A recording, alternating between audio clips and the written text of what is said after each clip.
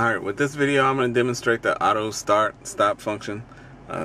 You can choose if you like it or not. Me personally, I think I understand the reason why they did it, but I don't necessarily care for it. To activate it, you press this button here, and it should actually, it should arm itself, if you will. Now, the next time I actually come to a stop, and here's the weird part, I don't know how the car determines when it's actually going to cut it off. So it doesn't do it at every stop, but it seems like, if you come to a hard stop, a complete stop, if you will, where the car, where the suspension actually rocks back, it seems like that's when it actually cuts itself off.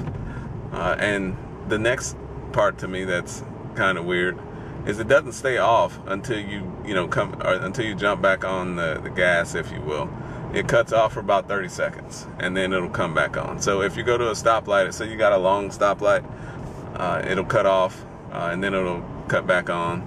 It doesn't stay off for the duration until you actually, take your foot off the brake or you actually need the gas again. It just automatically cuts itself on. And from what I understand, it's supposed to be economical as far as the fuel. So it actually just cut itself off, and you know that because you see the little A right there that says stop start. So it cut itself off. It could tell, hey, that I'm stopped. I'm at this stoplight here, so it shuts itself off. That's, it's actually cool, but it won't stay off the duration of the stoplight. It'll actually cut itself back on. And like I said before, I think it's from a fuel economy standpoint that's what they're trying to do. I'm not so sure. So actually it just cut itself back on. I'm not sure if you can see the camera move, but you can see that that there's a scratch there now, and I'm still at the stoplight. So it cuts itself off for maybe anywhere between 10 and 30 seconds. It'll cut itself off, then cut itself back on. To me, I wonder, I'm not sure, if this car has a starter. I don't know what these cars have, but I wonder if it's actually worth it, to perform this function, this auto start, this function that it does, over the mechanical influence that it has, actually starting a car up several hundred times a day if you actually allow it to do this.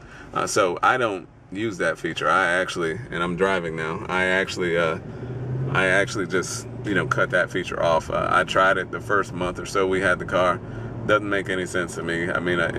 I cannot see this, that feature for that amount of time that it's actually active. I just cannot see that thing saving any gas mileage that I would consider to be worth it. So it's probably saving, a mile on a tank.